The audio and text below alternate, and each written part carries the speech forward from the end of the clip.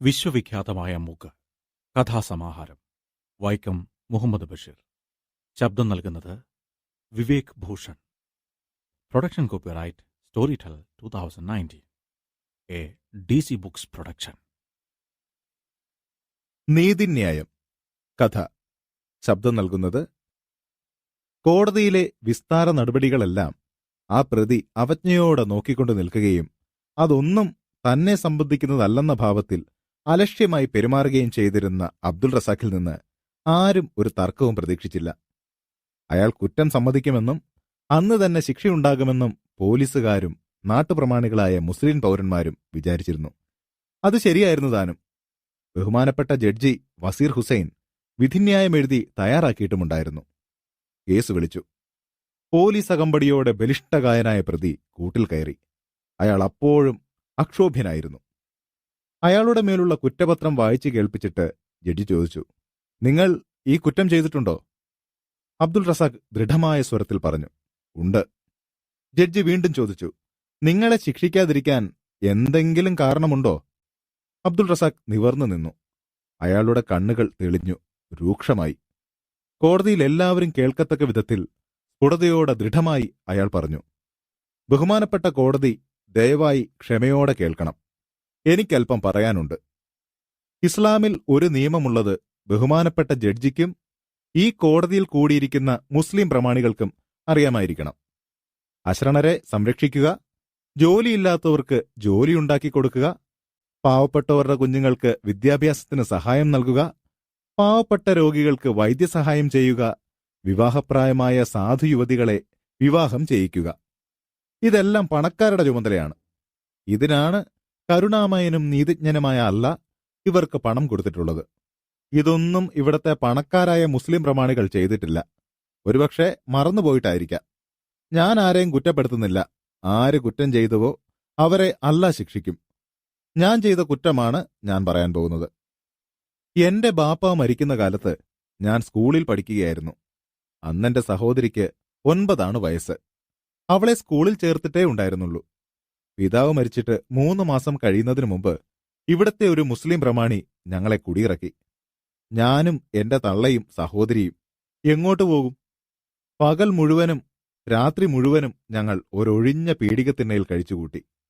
പിറ്റേ ദിവസം ഞങ്ങൾക്ക് സ്ഥലം കിട്ടി. എന്റെ സഹപാഠിയായ ഒരു നായർ യുവാവ് അച്ഛനെ പറഞ്ഞ് സമ്മതിപ്പിച്ച് ആ പീഡികയുടെ ഒരു മുറി ഞങ്ങൾക്ക് താമസിക്കാൻ തന്നു. പഴയ കഥയാണ്.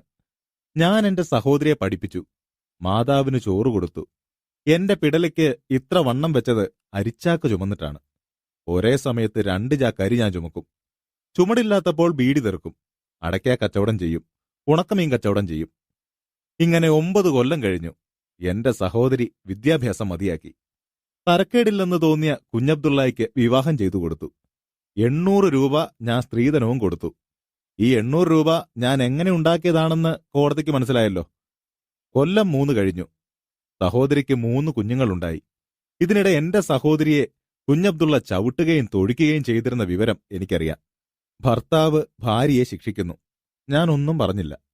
8 മാസത്തിനു മുമ്പ് കുഞ്ഞബ്ദുള്ള ഭാര്യയെയും കുട്ടികളെയും എന്റെ അടുത്ത് കൊണ്ടുവന്നാക്കി. സഹോദരി വളരെ ക്ഷീണിച്ചിരിക്കുന്നു. രോഗിയുമാണ്. ഞാൻ ചികിത്സിപ്പിച്ചു.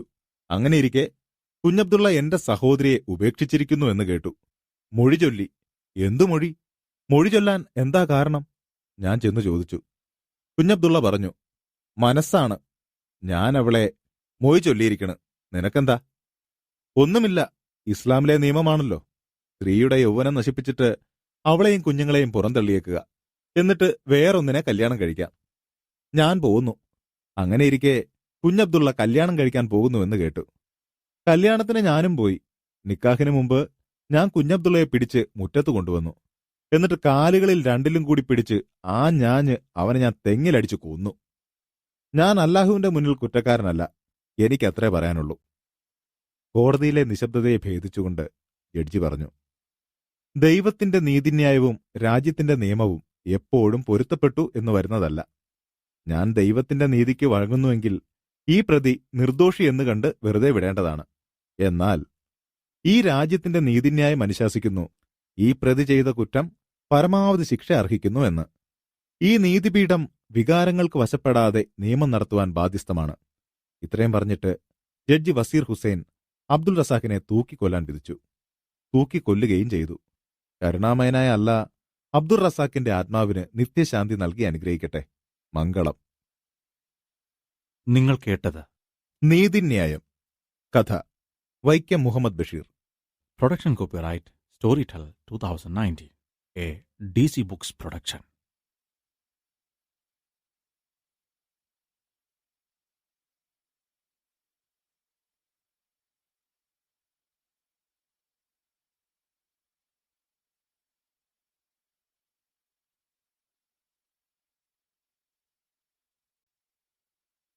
വിശ്വവിഖ്യാതമായ മൂക്ക് കഥാസമാഹാരം.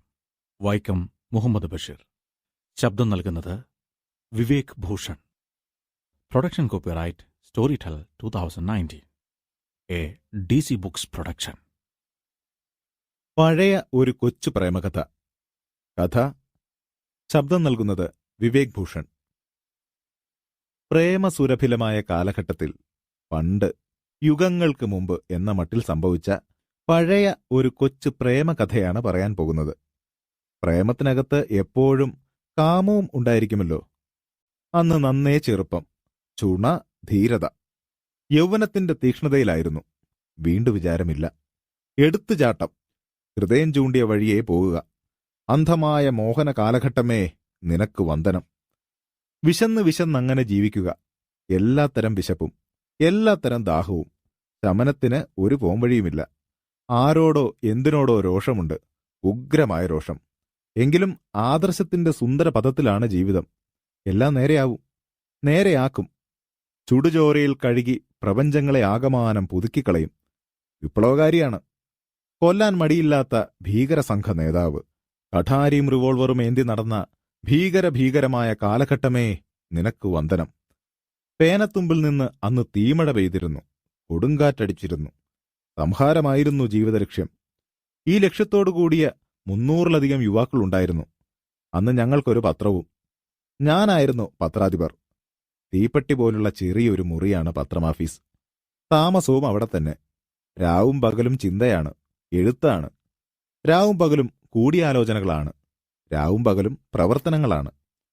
എന്റെ വാക്കാണ് വേദവാക്യം. ഞാൻ വളരെ മാന്യനാണ്, അനിഷേധ്യ നേതാവ്. എങ്കിലും ഹൃദയത്തിന് വലിയ കടുകടുപ്പ്, ഒരു വിങ്ങൽ, ചെറിയ തോതിൽ വിഷാദവുമുണ്ട്. ഭീകരപ്രവർത്തനങ്ങൾക്ക് ഇതൊന്നും പറ്റിയതല്ല. എന്നാലും വിഷാദകരങ്ങളായ ഗാനങ്ങൾ ആലപിക്കാൻ തോന്നും. 2 ജാതി വികാരങ്ങളാണ് മനസ്സിൽ. രണ്ടും സമരം ചെയ്യുന്നു. ആകെ കൂടി ഒരു ശ്വാസമുട്ടലുപോലെ. ഇങ്ങനെ തോന്നുമ്പോൾ മുറ്റത്തിറങ്ങും. മതിലിന്റെ അരികത്തെയെന്ന് വിശാലമായ ലോകത്തിലേക്ക് നോക്കും. അങ്ങനെ നോക്കി നിൽക്കുമ്പോൾ ഒരു ദിവസം ഞാൻ സുന്ദരിയായ ഒരു യുവതിയെ കണ്ടു. സുന്ദരിയായ യുവതി, മാദകത്തിടമ്പ്. പ്രഥമ വീക്ഷണം. പ്രേമത്തിൽ കുടുങ്ങാൻ പിന്നെ അധിക നിമിഷങ്ങൾ വേണ്ടി വന്നില്ല. മോഹന കളയബരേ ദേവി, നിന്നെ ഞാൻ ആരാധിക്കുന്നു മഹാമായേ. ഇങ്ങനെ ഗാനമുതിർത്തുകൊണ്ട് ഞാൻ അവളെ നോക്കി നിന്നു. ആരാധനയാണ്, ആരാധന. ഈ വിവരങ്ങളൊന്നും അവൾ അറിഞ്ഞില്ല. അവൾ എന്നെ കണ്ടില്ല. ഞാൻ അവളെ കണ്ടത് തന്നെ ഒരു യാദൃച്ഛിക സംഭവമാണ്. ഒരു പ്രത്യേക സ്ഥലത്തുനിന്ന് ഒരു പ്രത്യേക ഭാഗത്തേക്ക് നോക്കി അവളെ കണ്ടു. ഉടനെ തന്നെ അവിടം പുണ്യസ്ഥലമായി തീർന്നു. ഞാൻ നിന്ന സ്ഥലമോ, ഹോ, അവളെ നിന്ന് കണ്ട സ്ഥലമാണല്ലോ പുണ്യഭൂവിഭാഗം. കൈമുട്ടുകൾ രണ്ടും കന്മതിലിൽ കൊള്ളിച്ച് കൈവിരലുകൾ ശിരസിന്റെ 2 വശങ്ങളിൽ വെച്ചുകൊണ്ട് കിഴക്കോട്ട് നോക്കി ഞാൻ നിൽക്കുകയാണ്. മതിലിന്റെ അപ്പുറത്ത് വാഴകൾ നിറഞ്ഞ ഒരു പറമ്പ്. പറമ്പിന്റെ അതിരിൽ മതിൽക്കെട്ട്. അതിനപ്പുറത്ത് തെക്ക് വടക്കായി പബ്ലിക് റോഡ്. റോഡരികിൽ 2 നില വീടുകൾ. എന്റെ ഇടതുവശം കിഴക്കു പടിഞ്ഞാറായി നഗരത്തെ 2ആയി പകുത്തുകൊണ്ട് വൃത്തികെട്ട വലിയ ഒരു തോട്. തോടിന്റെ ഇരുവശവും ഉയർന്ന കന്മതിലുകൾ. അങ്ങേക്കരയുള്ള കന്മതിൽ പണിയുന്ന കാലത്ത് മതിലിന്റെ വഴിയിൽ ഒരു തെങ്ങ് നിന്നിരുന്നു. തെങ്ങിനോട് ചേർത്ത് മതിൽ കെട്ടിയങ്ങ് പോയി. കാലം കുറെ കഴിഞ്ഞപ്പോൾ ആ തെങ്ങ് വെട്ടി. അങ്ങനെ ആ വെള്ളമതിലിൽ ഒരു ശൂന്യത അവശേഷിച്ചു. ആ ശൂന്യത എന്ന് പറയുന്ന വിടവിലൂടെയാണ് ഞാൻ അവളെ കാണുന്നത്. കൊഴുത്തുരുണ്ട വെളുത്ത സുന്ദരി. ബോഡീസിൽ അമർന്നു നിൽക്കുന്ന കനത്ത മാരിടങ്ങൾ ഉരുണ്ടുരുണ്ട് ഉന്തി നിൽക്കുകയാണ്. ശരീരം പറ്റിയുള്ള വെള്ള ബ്ലൗസിൽ. നേരിയ ബ്ലൗസിലൂടെ എല്ലാം വ്യക്തം. മുടിക്കെട്ടഴിച്ച് തോളിൽ വിതറിയിട്ടുകൊണ്ട് അവൾ സ്വപ്നം കാണുന്നു. ദൈവമേ, എന്താണ് അവളുടെ മധുര സ്വപ്നം? എന്നെ കാണുന്നില്ലേ? സ്വർഗീയ സുന്ദരി, എന്തേ ഇങ്ങ് നോക്കാത്തത്? ഞാൻ നിന്ന് ചുമച്ചു. ഒന്നല്ല പത്തല്ല ചുമ. ചുമകളുടെ കൊച്ചു കൊച്ചു മേഘഗർജനങ്ങൾ. എല്ലാം നിഷ്ഫലം. ആ സ്വപ്നസുന്ദരി കേൾക്കുന്നില്ല. എന്താണ് കേൾക്കാത്തത്? പിന്നെ അങ്ങോട്ട് ചുമയാണ് ജീവിതം. ചുമകളുടെ അഖണ്ഡയജ്ഞം. ആ പുണ്യസ്ഥലത്ത് ചെന്ന് നിൽക്കുക. കറുത്ത വിടവിലൂടെ നോക്കുക. അവൾ അവിടെ എങ്ങാനുമുണ്ടോ? പെട്ടെന്ന് കണ്ടാൽ ഉടനെ ചുമയ്ക്കണം. പാകത്തിന് ചുമയ്ക്കാൻ ധാരാളം ചുമകൾ സ്റ്റോക്ക് ചെയ്ത് കാത്തു നിൽപ്പാണ്. ചിലപ്പോൾ മിന്നായം പോലെ കാണും. 1/2 ഡസൻ ചുമകൾ ഒന്നൊന്നായി ക്ഷണത്തിൽ പുറത്തേക്ക് വിടും. ഒരു ഫലവുമില്ല.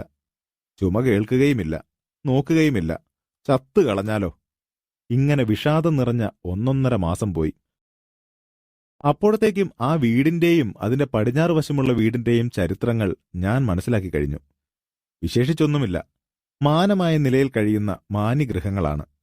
എന്റെ ആരാധനാമൂർത്തി ഒരു വേലക്കാരിയാണ്, സർവന്റ്. എന്നാലെന്ത്? പ്രേമത്തിന് ചെറ്റക്കുടിലെന്നും കൊട്ടാരമെന്നുമുള്ള ക്ഷുദ്രവ്യത്യാസങ്ങൾ വല്ലതുമുണ്ടോ? പ്രേമം ശാശ്വതമാണ്, ദിവ്യമാണ്. പക്ഷേ അവൾ എന്നെ കണ്ടിട്ടില്ല. അവളുടെ മാനസിക ലോകത്തിൽ ഞാൻ ഉദയം ചെയ്തിട്ടില്ല. ധാരാളം ചുമകളുടെ സ്റ്റോക്കുമായി ഞാൻ നിൽക്കുകയാണ്. ഒടുവിൽ ഞാൻ തീർത്തും നിരാശനായി. എന്റെ ചുമകളെല്ലാം മരിച്ചു. എന്റെ ലോകം ഇരുണ്ടു. ചത്തുകളഞ്ഞാലോ? അത്ഭുതം! അവൾ എന്നെ കണ്ടു. അമൃതകിരണങ്ങൾ പൊഴിച്ചുകൊണ്ടുയരുന്ന പനിമതി എന്നെ കണ്ടു. ഞാൻ കണ്ടു. അവൾ നോക്കി. ഞാൻ നോക്കി. അവൾ മന്ദഹസിച്ചു. എനിക്ക് മന്ദഹസിക്കാൻ കഴിഞ്ഞില്ല. മന്ദഹാസം ഒരു ദൗർബല്യമല്ലേ? എങ്കിലും എന്നിൽ പുതിയ ഒരു ഉന്മേഷം ഉദയം ചെയ്തു. എനിക്കിതാ ഒരു നിധി കിട്ടിയിരിക്കുന്നു. ഒടുവിൽ എന്റെ മോഹിനി പ്രസാദിച്ചു. ധന്യനാണ് ഞാൻ. വിഷാദം നീങ്ങി. പ്രവർത്തനങ്ങളിൽ കൂടുതൽ ഊർജ്ജസ്വലത കളിയാടി. ജീവിതം സുന്ദരമാണ്. ദിവസവും ഞങ്ങൾ കാണും. അവൾ മന്ദഹസിക്കും. ഞാനും കുറേശ്ശെ മന്ദഹസിക്കാൻ പഠിച്ചു. പ്രേമാർദ്രങ്ങളായ ദിവസങ്ങൾ നീങ്ങിക്കൊണ്ടിരുന്നു. കവിതാമയങ്ങളായ ദിവസങ്ങൾ. അങ്ങനെയിരിക്കെ ഒരു സന്ധ്യ വന്നു. ആകാശത്തുനിന്ന് പനിനീർ തളിക്കുന്നതുപോലെ കുറേശ്ശെ മഴയുണ്ട്. സാൻഡോ ബനിയനും ഹാഫ് ട്രൗസറുമായി ഞാൻ ആ കറുത്ത വിടവിന്റെ നേരെ തോട്ടിന്റെ ഇക്കരെ നിൽക്കുകയാണ്. എളിയിൽ നഗ്നമായ കഠാരിയുമുണ്ട്. ഒരു ഭീകരപ്രവർത്തകന്റെ പക്കൽ എപ്പോഴും മാരകായുധമുണ്ടായിരിക്കണമല്ലോ. ഞാൻ പ്രേമഭാജനത്തെ കാത്തുകാത്തു നിൽക്കുകയാണ്. ലോഡ്ജിലേക്ക് വരുന്നവരും ലോഡ്ജിൽ നിന്ന് പോകുന്നവരും എന്നെ കാണുന്നുണ്ട്. ആരെങ്കിലും വരുമ്പോൾ ഒന്നിനു പോകാനെന്ന ഭാവത്തിൽ ഞാൻ കുറെ ഇരിക്കും. അങ്ങനെ ഇരുന്നും നിന്നും സമയം കുറെ കഴിഞ്ഞു. പെട്ടെന്ന് കറുത്ത വിടവ് വെള്ളയാൽ സുന്ദരമായി നിറഞ്ഞു. ഞാൻ ആകെ ചൂടായി. ഹൃദയം വല്ലാതെ ഉമിനീർ വറ്റി. അപ്പോൾ മന്ത്രമധുരമായ ഒരു ശബ്ദം. എന്നാത്തിനാ മഴ കൊള്ളുന്നേ? ചുമ്മാ. വികാരനിർഭരമായ നിമിഷങ്ങൾ നീങ്ങുന്നു. അതൊന്നും അറിയാതെ ആളുകൾ വൈദ്യുത പ്രകാശത്തിൽ മുങ്ങിയ റോഡിലൂടെ പോയിക്കൊണ്ടിരിക്കുകയാണ്. നാറുന്ന തോട്ടിലെവിടെയോ ഒരു തവളയെ നീർക്കോലിയോ ചേരയോ പാമ്പോ പിടിച്ചിരിക്കുന്നു. തവള വല്ലാതെ മരണവേവലാതിയോടെ കരയുകയാണ്. ഇരുട്ടിന് കട്ടി കൂടി വരുന്നു. കാഴ്ച മറഞ്ഞു വരികയാണ്. അവൾ ചോദിച്ചു, പോയോ? ഇല്ല, ഞാൻ അങ്ങോട്ട് വരട്ടെ. എന്നാത്തിനാ? ചുമ്മാ. വേണ്ട. വേണം, ഞാൻ വരും. പട്ടിയുണ്ട്. സാരമില്ല, അവരൊക്കെ ഇപ്പുറത്തേക്കുണ്ണാൻ ഇപ്പം വരും. സാരമില്ല, ഞാൻ വരും. അയ്യോ വേണ്ട. നിറഞ്ഞു നിന്ന വെള്ള പോയി. വിടവ് പരിപൂർണമായി കറുത്തു. ഞാൻ മതിലിൽ കയറിയിരുന്നു. വെളിച്ചം തോട്ടിൽ വീശുന്നുണ്ട്. മതിലിന്റെ മുകൾ ഭാഗത്തും. ഞാൻ തോട്ടിലേക്ക് പതുക്കെ ഇറങ്ങാൻ നോക്കി. കാലെത്തുന്നില്ല. കാലുകൾ നീട്ടി. കൈവിട്ടു. പ്ലും! മുട്ടുവരെ ചെളി. അരവരെ വെള്ളം. ഇല്ലിമുള്ളുകളും കുപ്പിച്ചില്ലുകളും ഉണ്ടെന്ന് തോന്നുന്നു. പാദങ്ങളിൽ വെട്ടുകല്ലുകൾ വെച്ച് കെട്ടിയിട്ടുള്ളതുപോലെ ഘനമായി. ഞാൻ മുന്നോട്ട് നീങ്ങി. തോടിന്റെ മധ്യത്തിലെത്തി. വെളിച്ചത്തിൽ ഞാൻ തെളിഞ്ഞു നിൽക്കുകയാണ്. വിപ്ലവകാരി. ഒരടി പോലും മുന്നോട്ട് നീങ്ങാൻ വയ്യ. ചെളിയിൽ പൂണ്ടു നിൽക്കുന്നു. ആളുകൾ കാണും. മുന്നോട്ട് നീങ്ങണമല്ലോ. ഞാൻ മുന്നോട്ട് നീങ്ങി.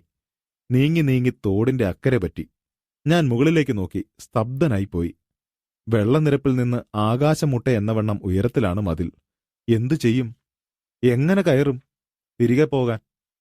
ഛേ, കയറണം. കൈയെത്താത്ത ഉയരത്തിൽ മതിലിൽ ഒരു ചെറിയ ആൽ വളർന്നു നിൽപ്പുണ്ട്. ആ ആലിൽ ഞാൻ ചാടി പിടികൂടി. പിന്നീട് ഞാൻ അറിയുന്നത് ഞാൻ മതിലിന്റെ മുകളിൽ ഇരിക്കുന്ന വിവരമാണ്. ഹൗ എന്നവൾ പുറപ്പെടുവിച്ച അത്ഭുത ശബ്ദം കേട്ടു. പക്ഷേ പിന്നെയുമുണ്ട് ദൂരം. താഴത്തേക്ക് ചാടാൻ വയ്യ. ദൂരെയായി പടിഞ്ഞാറേ വീടിന്റെ ഇടമതിലുണ്ട്. അത് ചെറുതാണ്. പൂച്ചയെപ്പോലെ മതിലിലൂടെ ഞാൻ നടന്നു. പടിഞ്ഞാറെ വീടിന്റെ പുരയിടത്തിലിറങ്ങി. അവിടെ ഒരു തൊഴുത്തുണ്ട്. അത് വളഞ്ഞു പോകുമ്പോൾ കിരികിരാ ഇലകൾ ഞെരിഞ്ഞു. ഇരുളിലൂടെ കാലുകൾ സൂക്ഷിച്ച് പതുക്കെ പതുക്കെ വെച്ച് ഇടമതിലിന്റെ അരികത്ത് ചെന്നു. അവൾ പതുക്കെ അപ്പുറത്ത് വന്നു. ഞാൻ 2 കൈകളും എത്തിച്ച് അവളുടെ തോളിൽ പിടിച്ചു വലിച്ചു. മുകളിൽ കയറ്റിയപ്പോൾ കല്ലിന്റെ ഏതോ മുനയിൽ കൊണ്ട് അവളുടെ ബ്ലൗസ് ഭ്രന്ന് കീറി. വെള്ളമുലകൾ. തുടർന്ന് എന്റെ പ്രേമത്തിന്റെ കർണക്കുറ്റിക്ക് 2 ഉഗ്രൻ വീക്കുകൾ കിട്ടി. എങ്ങനെയെന്നാൽ, അയ്യോ, അവരൊക്കെ ഇപ്പൊ ഉണ്ണാനിപ്പുറത്തേക്ക് വരും, ഒക്കോ എന്ന് പറഞ്ഞപ്പോൾ മലീമസവും ദുർഗന്ധപൂരിതവുമായ ഒരു ആവി അവളുടെ വായിൽ നിന്ന് എന്റെ മുഖത്തടിച്ചു. എന്റെ തല ചെകിടിച്ചു. ഞാൻ കുറെ മാറി നിന്നു. കുറെ ചുള്ളിക്കമ്പുകൾ ഒടിഞ്ഞു. ഒരു പട്ടി കുരച്ചു. ഒക്കോ എന്നും പറഞ്ഞ് അവൾ ഇറങ്ങിപ്പോയി. പിന്നെ പട്ടികളുടെ കുരയാണ്. ഇത്രയധികം പട്ടികളോ? ഞാൻ പതുക്കെ പതുക്കെ നടന്ന് ചെറിയ മതിലിൽ കയറി. അവിടെ നിന്ന് വലിയ മതിലിൽ. അങ്ങനെ കുറെ മുന്നോട്ട് നീങ്ങി. അപ്പോൾ ആ മതിലും താഴത്തെ മുറ്റവും വെളിച്ചത്തിൽ മുങ്ങി. വാഴയുടെ ഒരിലത്തുമ്പ് മാത്രമാണ് എനിക്കുള്ള ഏകമറ. കാറ്റ് വീശുമ്പോൾ ഇല മാറും. ഞാൻ വെളിച്ചത്തിൽ നല്ലവണ്ണം തെളിയും. ആ സമയത്ത് എന്റെ കുറെ സഖാക്കൾ എന്റെ മുറിയുടെ അടുത്തേക്ക് പോകുന്നത് കണ്ടു. അവർക്കെന്നെ കാണാൻ യാതൊരു വിഷമവുമില്ല. പക്ഷേ അവർ നോക്കിയില്ല. എങ്ങനെ എന്നെ സംശയിക്കും? എന്തൊക്കെയോ വർത്തമാനം പറഞ്ഞുകൊണ്ട് 2-3 സ്ത്രീകളും 2 പുരുഷന്മാരും, അവരിൽ പ്രായം കുറഞ്ഞയാൾ യുവാവാണ്, മുറ്റത്തിറങ്ങി ഞാനിരിക്കുന്ന ഭാഗത്തേക്ക് വന്നു. എന്നെ പിടിക്കാൻ വരികയാണ്. കണ്ടു കാണും. അപമാനം. നീ എന്തു ചെയ്യുന്നടാ ഇരുട്ടത്തവിടെ എന്ന് ചോദിച്ചുകൊണ്ട് എന്നെ പിടികൂടും. ആളുകൾ കൂടും. ഓ, ഇത് നമ്മുടെ ആ തീപ്പൊരി പത്രത്തിന്റെ പത്രാധിപരല്ലേ, നേതാവ്. ആളുകൾ പറയും, ദൈവമേ, എന്നെ ഇതിൽ നിന്നൊന്ന് രക്ഷിക്കണേ. മേലിൽ ഞാൻ യാതൊരു തെറ്റും ചെയ്യുകയില്ല, സത്യം. അവൻ എന്നെ കാണല്ലേ. ഞാൻ കഠാരി കയ്യിലെടുത്തു. അവൻ കണ്ടുപിടിക്കുകയാണെങ്കിൽ കഠാരി കൊണ്ട് എന്റെ കഴുത്തറക്കണം. ദൈവമേ, അവന്റെ കണ്ണിന്റെ കാഴ്ച കുറെ സമയത്തേക്ക് നശിപ്പിക്കൂ. ഈശ്വരാ, എന്റെ കൂട്ടുകാർ എന്റെ പേർ പറഞ്ഞ് ഉച്ചത്തിൽ വിളിക്കുകയാണ്. നേതാവിനെ തിരക്കുന്നു. ദൈവമേ, എന്നെ അവമാനിക്കല്ലേ. അയാൾ തിക്കും പൊക്കും നോക്കാതെ എന്റെ തൊട്ടടുത്ത് വാഴച്ചൂട്ടിൽ വന്ന് ഒന്നിനിരുന്നിട്ട് എണീറ്റുപോയി. എനിക്കാകെ തളർച്ച തോന്നി. എന്തോ എന്നിൽ മരിച്ചിരിക്കുന്നു. പിന്നെ സംഭവിച്ചതൊന്നും നല്ല ഓർമ്മയില്ല. ആരും ഒന്നും അറിഞ്ഞില്ല. തോട്ടിൽ ചാടിയതും ദേഹമാകെ കീറി ചോര വന്നതും ചെളിയിൽ പുതഞ്ഞതും മതിലിൽ കയറി മുറിയുടെ അടുത്ത് ചെന്ന് എന്റെ സഖാക്കളുടെ മുന്നിൽ നിന്നതും മറ്റും അവ്യക്തമായി ഓർക്കുന്നു. അവരമ്പരന്ന് നോക്കി. പ്രേമസംബന്ധിയായ ഒരു ജൈത്രയാത്ര കഴിഞ്ഞ് വന്നതാണെന്ന് അവർ ഊഹിച്ചില്ല. നേതാവേതോ മഹനീയ കൃത്യം നടത്തിയിട്ട് വന്നിരിക്കുകയാണ്. ഈശ്വരാ. ഞാൻ സോപ്പിട്ട് നല്ലവണ്ണം കുളി കഴിഞ്ഞ് മുറിയിൽ വന്ന് വസ്ത്രങ്ങൾ മാറ്റി മുടി ചീകിയിട്ട് കസാരയിലിരുന്നു. ഉണ്ടായ സംഗതികൾ മുഴുവനും ശിഷ്യന്മാരോട് പറഞ്ഞു. ഒടുവിൽ അവർ പറഞ്ഞു, ഇപ്പോൾ തന്നെ നമുക്ക് ഈ സ്ഥലം മാറണം. മാറി.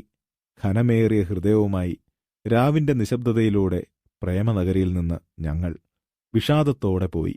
അങ്ങനെ അവമാനത്തിന്റെ മുറിവേൽപ്പിക്കാതെ കഴിഞ്ഞുപോയ പ്രേമദാഹനിർഭരമായ മഹാവിഷാദ കാലഘട്ടമേ, നിനക്ക് വന്ദനം. മംഗളം.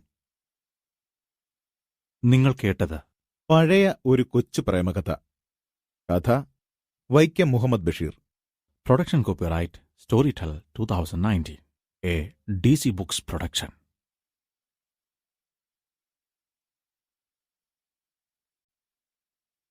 വിശ്വവിഖ്യാതമായ മൂക്ക്. കഥാസമാഹാരം. വൈക്കം മുഹമ്മദ് ബഷീർ. ശബ്ദം നൽകുന്നത് Vivek Bhushan. Production copyright Storytel 2019, a DC Books production. വിശ്വവിഖ്യാതമായ മൂക്ക്. കഥ അമ്പരപ്പിക്കുന്ന മുട്ടൻ വാർത്തയാണ്. ഒരു മൂക്ക് ബുദ്ധിജീവികളുടെയും ദാർശനികരുടെയും ഇടയിൽ വലിയ തർക്കവിഷയമായി കലാശിച്ചിരിക്കുന്നു. വിശ്വവിഖ്യാതമായ മൂക്ക്. ആ മൂക്കിന്റെ യഥാർത്ഥ ചരിത്രമാണ് ഇവിടെ രേഖപ്പെടുത്താൻ പോകുന്നത്. ചരിത്രം ആരംഭിക്കുന്നത് അദ്ദേഹത്തിന് 24 വയസ്സ് തികഞ്ഞ കാലത്താണ്. അതുവരെ അദ്ദേഹത്തെ ആരും അറിഞ്ഞിരുന്നില്ല. ഈ 24-ാമത്തെ വയസ്സിന് വല്ല പ്രത്യേകതയുമുണ്ടോ എന്തോ. ഒന്ന് ശരിയാണ്, ലോകചരിത്രത്തിന്റെ ഏടുകൾ മറിച്ചു നോക്കിയാൽ മിക്ക മഹാന്മാരുടെയും 24-ാമത്തെ വയസ്സിന് ചില പ്രത്യേകതകൾ കാണാൻ കഴിയും. ചരിത്ര വിദ്യാർത്ഥികളോട് ഇതെടുത്തു പറയേണ്ട കാര്യമില്ലല്ലോ. നമ്മുടെ ചരിത്രപുരുഷൻ ഒരു കുശിനിപ്പണിക്കാരനായിരുന്നു, കുക്ക്. പറയത്തക്ക ബുദ്ധിവൈഭവം ഒന്നും ഉണ്ടായിരുന്നില്ല. എഴുത്തും വായനയും അറിഞ്ഞുകൂടാ. അടുക്കളയാണല്ലോ അദ്ദേഹത്തിന്റെ ലോകം. അതിന് വെളിയിലുള്ള കാര്യങ്ങളെക്കുറിച്ച് തികച്ചും അശ്രദ്ധൻ. എന്തിനു ശ്രദ്ധിക്കണം? നല്ലവണ്ണം ഉണ്ണുക, സുഖമായൊന്ന് പൊടി വലിക്കുക, ഉറങ്ങുക, വീണ്ടും ഉണരുക, കുശിരിപ്പണി തുടങ്ങുക. ഇത്രയുമാണ് അദ്ദേഹത്തിന്റെ ദിനചര്യ. മാസങ്ങളുടെ പേര് അദ്ദേഹത്തിന് അറിഞ്ഞുകൂടാ. ശമ്പളം വാങ്ങേണ്ട സമയമാകുമ്പോൾ അമ്മ വന്ന് ശമ്പളം വാങ്ങിക്കൊണ്ടുപോകും. പൊടി വേണമെങ്കിൽ ആ തള്ള തന്നെ വാങ്ങിച്ചു കൊടുക്കും. ഇങ്ങനെ സുഖത്തിലും സംതൃപ്തിയിലും ജീവിച്ചു വരവേ അദ്ദേഹത്തിന് 24 തിരുവയസ്സ് തികയുന്നു. അതോടെ അത്ഭുതം സംഭവിക്കുകയാണ്. വേറെ വിശേഷമൊന്നുമില്ല. മൂക്കിന് ശകലം നീളം വെച്ചിരിക്കുന്നു. വായും കഴിഞ്ഞ് താടി വരെ നീണ്ടു കിടക്കുകയാണ്. അങ്ങനെ ആ മൂക്ക് ദിനംതോറും വളരാൻ തുടങ്ങി. ഒളിച്ചുവെക്കാൻ പറ്റുന്ന കാര്യമാണോ? 1 മാസം കൊണ്ട് അത് പൊക്കിൾ വരെ നീണ്ടു. എന്നാൽ വല്ല അസുഖവുമുണ്ടോ? അതുമില്ല. ശ്വാസോച്ഛ്വാസം ചെയ്യാം, പൊടി വലിക്കാം, വാസനകൾ സർവവും തിരിച്ചറിയാം. പറയത്തക്ക യാതൊരു കുഴപ്പവുമില്ല. പക്ഷേ ഇങ്ങനത്തെ മൂക്കുകൾ ലോകചരിത്രത്തിന്റെ ഏടുകളിൽ കിടപ്പുണ്ടായിരിക്കാം, അല്പസ്വല്പം. പക്ഷേ അത്തരം കിണാപ്പൻ മൂക്കാണോ ഈ മൂക്ക്? ഈ മൂക്ക് കാരണം പാവപ്പെട്ട ആ അരിവയ്പ്പുകാരനെ ജോലിയിൽ നിന്നും പിരിച്ചുവിട്ടു. എന്താ കാരണം? പിരിച്ചുവിട്ട തൊഴിലാളിയെ തിരിച്ചെടുക്കണം എന്നെല്ലാം പറഞ്ഞ് ബഹളം കൂട്ടാൻ ഒരു സംഘക്കാരും മുന്നോട്ട് വന്നില്ല. രാഷ്ട്രീയ പാർട്ടികളെല്ലാം ഈ കൊടിയ അനീതിയുടെ മുമ്പിൽ കണ്ണടച്ചു കളഞ്ഞു. എന്തിനയാളെ പിരിച്ചുവിട്ടു? മനുഷ്യസ്നേഹികളെന്ന് പറയുന്നവരാരും ഈ ചോദ്യം ചോദിച്ചില്ല. എവിടെ പോയി അന്ന് ബുദ്ധിജീവികളും ദാർശനികരും? പാവം തൊഴിലാളി, പാവം കുശിനിക്കാരൻ. ജോലി നഷ്ടപ്പെട്ടത് എന്തുകൊണ്ടെന്ന് ആരും അദ്ദേഹത്തിന് പറഞ്ഞു കൊടുക്കേണ്ടതായിട്ടില്ല. ജോലിക്ക് നിർത്തിയിരുന്ന വീട്ടുകാർക്ക് സ്വൈര്യമില്ലാതായിത്തീർന്നതാണ് കാരണം. മൂക്കനെ കാണാൻ, മൂക്ക് കാണാൻ രാപ്പകൽ മനുഷ്യക്കടൽ. ഓട്ടോ എടുക്കുന്നവർ, അഭിമുഖ സംഭാഷണക്കാർ, റേഡിയോ, സിനിമ, ടെലിവിഷൻ, പത്രക്കാരായ പത്രക്കാർ, ഇരമ്പുന്ന മനുഷ്യക്കടൽ. ആ വീട്ടിൽ നിന്ന് പല സാധനങ്ങളും കളവുപോയി. 18കാരി സുന്ദരിയെ കട്ടുകൊണ്ടുപോകാനും ശ്രമമുണ്ടായി. ഈ വിധത്തിൽ ജോലി നഷ്ടപ്പെട്ട ആ കുശിനിപ്പണിക്കാരൻ തന്റെ പാവപ്പെട്ട ചെറ്റപ്പുരയിൽ പട്ടിണി കിടക്കുമ്പോൾ ഒരു കാര്യം അയാൾക്ക് നന്നായി ബോധ്യം വന്നു. അയാളും അയാളുടെ മൂക്കും വളരെ പ്രസിദ്ധി നേടിക്കഴിഞ്ഞിരിക്കുന്നു. ദൂരദേശങ്ങളിൽ നിന്നുപോലും ആളുകൾ അയാളെ കാണാൻ വരുന്നു. ദീർഘമേറിയ മൂക്ക് നോക്കിക്കൊണ്ട് അത്ഭുത സ്തബ്ധരായി നിൽക്കുന്നു. ചിലർ തൊട്ടു നോക്കുന്നുമുണ്ട്. എന്നാൽ ആരും നിങ്ങൾ ആഹാരമൊന്നും കഴിച്ചില്ലേ, എന്താണിത്ര ക്ഷീണം എന്നൊന്നും ചോദിച്ചില്ല. ഒരു വലിക്ക് പൊടി വാങ്ങാൻ പോലും ആ വീട്ടിൽ ഉമ്പിടി കാശില്ല. പട്ടിണിക്കിട്ട കാഴ്ചമൃഗമാണോ അയാൾ? മണ്ടനാണെങ്കിലും മനുഷ്യനല്ലേ? അയാൾ തന്റെ വൃദ്ധമാതാവിനെ വിളിച്ച് രഹസ്യമായി പറഞ്ഞു, ഈ മൂച്ചേട്ടകളെ ആട്ടിപ്പുറത്തിറക്കി വാതിലടച്ചേ. അമ്മ സൂത്രത്തിൽ എല്ലാവരെയും വെളിയിലാക്കി വാതിലടച്ചു. അന്നു മുതൽ അവർക്ക് നല്ല കാലമായി. അമ്മയ്ക്ക് കൈക്കൂലി കൊടുത്ത് ചിലർ മകന്റെ മൂക്ക് കാണാൻ തുടങ്ങി. മണ്ടക്കൂട്ടമല്ലയോ ജനം. ഈ കൈക്കൂലിക്കെതിരായി ചില നീതിമാന്മാരായ ബുദ്ധിജീവികളും ദാർശനികരും ഉശിരൻ ശബ്ദമുയർത്തി. പക്ഷേ ഗവൺമെന്റ് ഇത് സംബന്ധമായി യാതൊരു നടപടിയും എടുത്തില്ല. കേട്ടതായി പോലും ഭാവിച്ചില്ല. സർക്കാരിന്റെ ഈ കൊടിയ അനാസ്ഥയെ പ്രതിഷേധിച്ച് പരാതിക്കാർ പലരും ഗവൺമെന്റിനെതിരായുള്ള പല അട്ടിമറിപ്പൻ പാർട്ടികളിലും ചേർന്നു. മൂക്കന്റെ വരാഴിക ദിനം പ്രതി വർദ്ധിച്ചു. എന്തിനധികം, അക്ഷരശൂന്യനായ ആ കുശിനിപ്പണിക്കാരൻ 6 കൊല്ലം കൊണ്ട് ലക്ഷപ്രഭുവായി. അദ്ദേഹം 3 പ്രാവശ്യം സിനിമയിൽ അഭിനയിച്ചു. ദി ഹ്യൂമൻ സബ്മറൈൻ എന്ന ടെക്നി കളർ ഫിലിം എത്രയെത്ര കോടി പ്രേക്ഷകരെയാണ് ആകർഷിച്ചത്. അന്തർവാഹിനി മനുഷ്യൻ. 6 മഹാകവികൾ മൂക്കന്റെ അവദാനങ്ങളെ കീർത്തിച്ചുകൊണ്ട് മഹാകാവ്യങ്ങൾ പുറത്തിറക്കി. 9 മഹാസാഹിത്യകാരന്മാർ മൂക്കന്റെ ജീവചരിത്രമെഴുതി പണവും പ്രശസ്തിയും നേടി. മൂക്കന്റെ സൗധം ഒരതിഥി മന്ദിരം കൂടിയാണ്. ആർക്കും അവിടെ എപ്പോഴും ആഹാരമുണ്ട്, ഒരു വലി പൊടിയും. ആ കാലത്ത് അദ്ദേഹത്തിന് 2 സെക്രട്ടറിമാരുണ്ടായിരുന്നു. 2 സുന്ദരികൾ, വിദ്യാസമ്പന്നകൾ.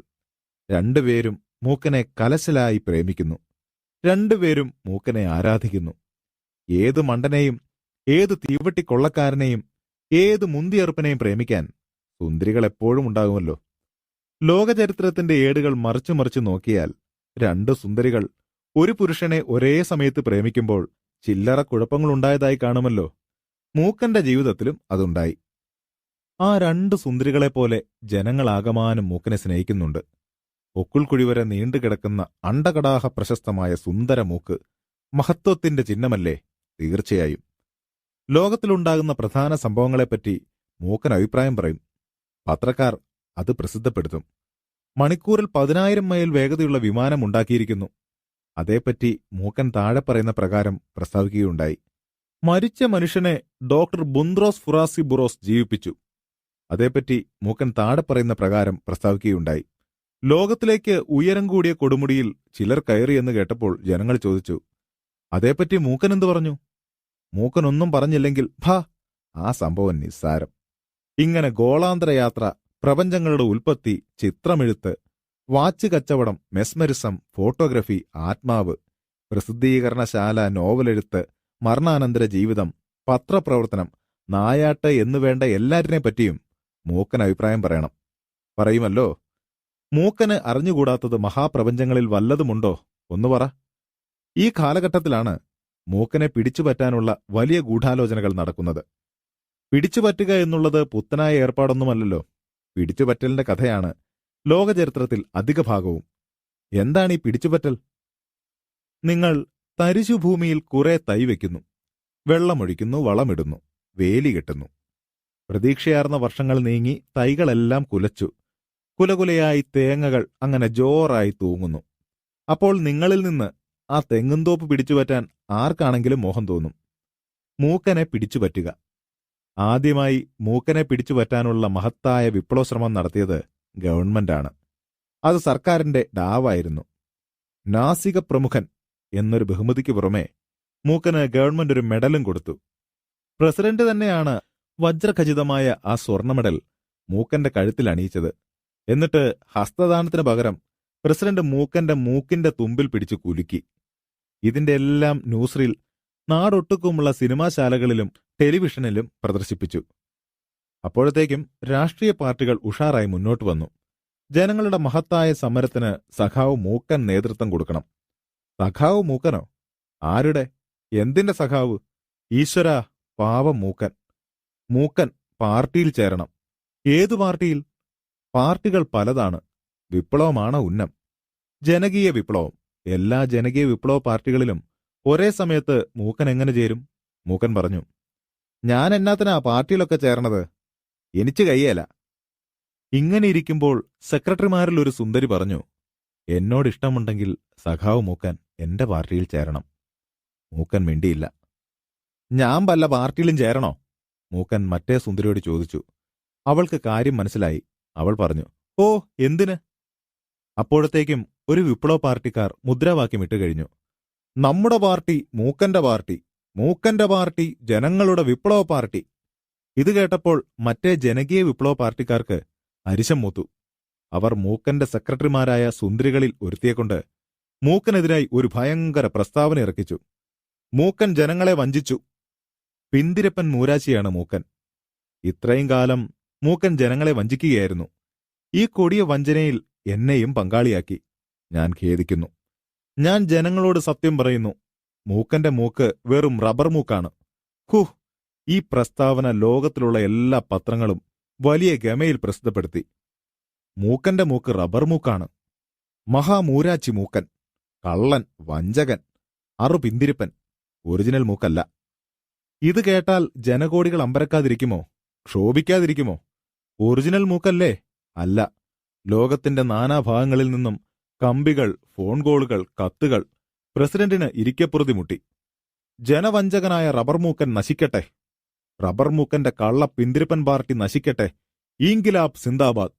ഈ പ്രസ്താവന മൂക്കന്റെ എതിർ പാർട്ടിക്കാർ ഇറക്കിയപ്പോൾ മറ്റേ വിപ്ലവ പാർട്ടിക്കാർ മറ്റേ സെക്രട്ടറി സുന്ദരിയെക്കൊണ്ട് വേറൊരു ഉശിരൻ വിപ്ലവ പ്രസ്താവന ഇറക്കിച്ചു. പ്രിയപ്പെട്ട നാട്ടുകാരെ, ലോകരെ, അവൾ പറഞ്ഞത് തികച്ചും കളവാണ്. അവളെ സഖാവ് മൂക്കൻ ഒട്ടും പ്രേമിച്ചില്ല. അതിന്റെ കുശുമ്പാണ്. സഖാവ് മൂക്കന്റെ പണവും പ്രശസ്തിയും പിടിച്ചു പറ്റാനാണ് അവൾ ശ്രമിച്ചത്. അവളുടെ ആങ്ങളമാരിലൊരുത്തൻ മറ്റേ പാർട്ടിയിലുണ്ട്. കള്ളന്മാരുടെ ആ പാർട്ടിയുടെ തൊലി ഉരിച്ചു കാണിക്കാൻ ഞാൻ ഈ സന്ദർഭം ഉപയോഗിച്ചുകൊള്ളുന്നു. ഞാൻ സഖാവ് മൂക്കന്റെ വിശ്വസ്ത സെക്രട്ടറിയാണ്. എനിക്ക് നേരിട്ടറിയാം, സഖാവിന്റെ മൂക്ക് റബ്ബറല്ല. എന്റെ ഹൃദയം പോലെ തനി ഒറിജിനൽ. മായമില്ല, മന്ത്രമില്ല, അനുകരണമില്ല. തനി എന്റെ ഹൃദയം പോലെ. പ്രതിഫലേച്ഛ കൂടാതെ ഈ ആപൽ സന്ധിയിൽ സഖാവ് മൂക്കന്റെ പിന്നിൽ അണിനിരക്കുന്ന ജനകീയ മുന്നേറ്റ വിപ്ലവ പാർട്ടി സിന്ദാബാദ്. സഖാവ് മൂക്കൻ സിന്ദാബാദ്. സഖാവ് മൂക്കന്റെ പാർട്ടി ജനങ്ങളുടെ മുന്നേറ്റ വിപ്ലവ പാർട്ടി. ഇൻകിലാബ് സിന്ദാബാദ്. എന്തു ചെയ്യും? ജനങ്ങൾക്കാകെ ആശയക്കുഴപ്പം.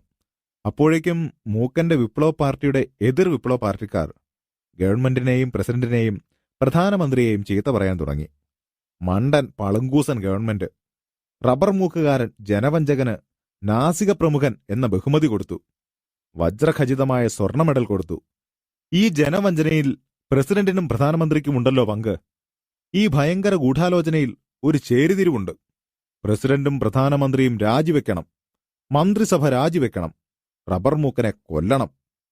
ഇത് കേട്ട് പ്രസിഡന്റ് ക്ഷോഭിച്ചു, പ്രധാനമന്ത്രിയും ക്ഷോഭിച്ചു. ഒരു പ്രഭാതത്തിൽ പട്ടാളവും ടാങ്കുകളും പാവപ്പെട്ട മൂക്കന്റെ ഹർമ്മ്യം വളഞ്ഞു. മൂക്കനെ അറസ്റ്റ് ചെയ്തു കൊണ്ടുപോയി. പിന്നീട് കുറേ ദിവസത്തേക്ക് മൂക്കനെ സംബന്ധിച്ച യാതൊരു വാർത്തകളുമില്ല. ജനങ്ങൾ മൂക്കനെ അങ്ങ് മറന്നു. എല്ലാം ശാന്തം. എന്നാൽ വന്നു സാക്ഷാൽ ഹൈഡ്രജനും ആറ്റനും ന്യൂക്ലിയറും. എന്താണെന്നോ, ജനങ്ങൾ മറന്നു കഴിഞ്ഞപ്പോൾ പ്രസിഡന്റിന്റെ ചെറിയൊരു പ്രഖ്യാപനമുണ്ടായി. മാർച്ച് 9 നാസിക പ്രമുഖന്റെ പരസ്യ വിചാരണയുണ്ടാവും. മൂക്ക് ഒറിജിനലാണോ? 48 രാജ്യങ്ങളുടെ പ്രതിനിധികളായി വരുന്ന വിദഗ്ധ ഡോക്ടർമാരാണ് മൂക്കനെ പരിശോധിക്കുന്നത്. ലോകത്തിലെ എല്ലാ പത്രങ്ങളുടെയും പ്രതിനിധികളുണ്ടാകും. റേഡിയോ, സിനിമ, TV, സർവ്വകണാപ്പികളും. ഈ വിചാരണ എല്ലാ നാട്ടുകാർക്കും ന്യൂസ് റീലിൽ കാണാൻ കഴിയും. ജനങ്ങൾ പരമശാന്തരായി വർത്തിക്കുക. മണ്ടക്കൂട്ടമല്ലയോ ജനം, തനി ബന്ധുക്കൂസുകൾ, വിപ്ലവകാരികൾ. അവർ ശാന്തരായൊന്നും വർത്തിച്ചില്ല. അവർ തലസ്ഥാന മഹാനഗരിയിൽ തടിച്ചുകൂടി. ഹോട്ടലുകൾ കയ്യേറി, പത്രങ്ങളുടെ ഓഫീസുകൾ തകർത്തു, സിനിമാശാലകൾക്ക് തീവച്ചു, മദ്യഷാപ്പുകൾ കൈയടക്കി, വാഹനങ്ങൾ തകർത്തു, പോലീസ് സ്റ്റേഷനുകൾക്കും തീവച്ചു, സർക്കാർ കെട്ടിടങ്ങൾ നശിപ്പിച്ചു. കുറെ വർഗീയ ലഹളകളുണ്ടായി. കുറെ അധികം പേർ ഈ മൂക്കൻ സമരത്തിൽ രക്തസാക്ഷികളായി. മംഗളം, ശാന്തം. മാർച്ച് 9 മണി 11 പ്രസിഡന്റ് മന്ദിരത്തിന് മുൻവശം മനുഷ്യമഹാസമുദ്രം തന്നെയായി തീർന്നു. അപ്പോൾ ഉച്ചഭാഷിണികൾ ലോകത്തിനോടായി ശബ്ദം മുഴക്കി, ജനങ്ങൾ അച്ചടക്കം പാലിക്കണം, വായകൾ അടച്ചുവെക്കുക. പരിശോധന തുടങ്ങി. പ്രസിഡന്റിന്റെയും പ്രധാനമന്ത്രിയുടെയും മറ്റ് അനേകം മന്ത്രിമാരുടെയും മഹനീയ സാന്നിധ്യത്തിൽ ഡോക്ടർമാർ ശ്രീജിത്ത് മൂക്കനെ വളഞ്ഞു. ഉത്കണ്ഠാകുലരായ ജനകോടികൾ. ശ്വാസമടക്കിക്കൊണ്ടുള്ള നില. ഒരു മഹാ ഡോക്ടർ മൂക്കൻജിയുടെ മൂക്കിന്റെ തുമ്പ് അടച്ചു. അപ്പോൾ മൂക്കൻജി വായ പൊളിച്ചു. വേറൊരു മഹാഡോക്ടർ മുട്ടുസൂചി കൊണ്ട് മൂക്കിന്റെ തുമ്പത്ത് കുത്തി. അപ്പോൾ അത്ഭുതമെന്ന് വേണം പറയാൻ. ശ്രീജിത്ത് മൂക്കന്റെ മൂക്കിന്റെ തുമ്പത്ത് ഒരു തുള്ളി ചുവന്ന പരിശുദ്ധ ചോര പൊടിച്ചു. മൂക്ക് റബ്ബറല്ല, അനുകരണമല്ല, തനി ഒറിജിനൽ. മഹാഡോക്ടർമാരുടെ ഐകകണ്ഠ്യേനയുള്ള വിധി. മൂക്കൻ സാഹിബിന്റെ സുന്ദരി സെക്രട്ടറി പെണ്ണ് മൂക്കൻജിയുടെ തിരുമൂക്കിന്റെ തുമ്പത്ത് ഗാഠമായി ചുംബിച്ചു. സഖാവ് മൂക്കൻ സിന്ദാബാദ്, നാസിക പ്രമുഖൻ സിന്ദാബാദ്, സഖാവ് മൂക്കന്റെ ജനകീയ മുന്നേറ്റ പാർട്ടി സിന്ദാബാദ്, ജനാബ് മൂക്കന്റെ മൂക്ക് ഒറിജിനൽ മൂക്ക്, ഒറിജിനൽ ഒറിജിനൽ. അണ്ടകടാഹങ്ങൾ തകർന്നേക്കാവുന്ന ഒച്ച. ഒറിജിനൽ, തനി ഒറിജിനൽ. ഈ ആരവ് അടങ്ങിയപ്പോൾ രാഷ്ട്രപതി എന്ന മഹാപ്രസിഡന്റ് ഒരു പുതുപുത്തൻ ഡാവ് കൂടി കാണിച്ചു. സഖാവ് മൂക്കനെ മൂക്കശ്രീ എന്നുള്ള തകർപ്പൻ ബഹുമതിയോടെ പാർലമെന്റിലേക്ക് നോമിനേറ്റ് ചെയ്തു. മൂക്കശ്രീ മൂക്കൻ MP. 2-3 യൂണിവേഴ്സിറ്റികൾ മൂക്കശ്രീ മൂക്കൻ സാഹിബിന് എംലിറ്റും ഡീലിറ്റും നൽകി ആദരിച്ചു. മൂക്കശ്രീ മൂക്കൻ മാസ്റ്റർ ഓഫ് ലിറ്ററേച്ചർ, മൂക്കശ്രീ മൂക്കൻ ഡോക്ടർ ഓഫ് ലിറ്ററേച്ചർ. എന്നാലും മണ്ടക്കൂട്ടമല്ലയോ ജനം, തനി ബെടുക്കൂസുകൾ. മണ്ടക്കൂട്ടത്തെ ഭരിക്കുന്ന സർക്കാർ. മൂക്കശ്രീ മൂക്കനെ കിട്ടാത്ത സുന്ദരിയുടെ പാർട്ടിക്കാർ ഒരൈക്യ മുന്നണിയായി പറഞ്ഞും എഴുതിയും പ്രസംഗിച്ചും നടക്കുകയാണ്. പ്രസിഡന്റ് രാജിവെക്കണം, പ്രധാനമന്ത്രി രാജിവെക്കണം, മന്ത്രിസഭയും രാജിവെക്കണം. ജനവഞ്ചന. മൂക്കന്റെ മൂക്ക് റബ്ബർ മൂക്ക്, ഒറിജിനൽ അല്ലേ അല്ല. നോക്കണേ വിപ്ലവത്തിന്റെ പോക്ക്. ബുദ്ധിജീവികൾ, ദാർശനികർ എന്തു ചെയ്യും? ആശയക്കുഴപ്പമുണ്ടാകാതിരിക്കുമോ? സംഭവം വിശ്വവിഖ്യാതമായ മൂക്ക്. മംഗളം. നിങ്ങൾ കേട്ടത് വിശ്വവിഖ്യാതമായ മൂക്ക്. Vaikom Muhammad Basheer. Production copyright story tell.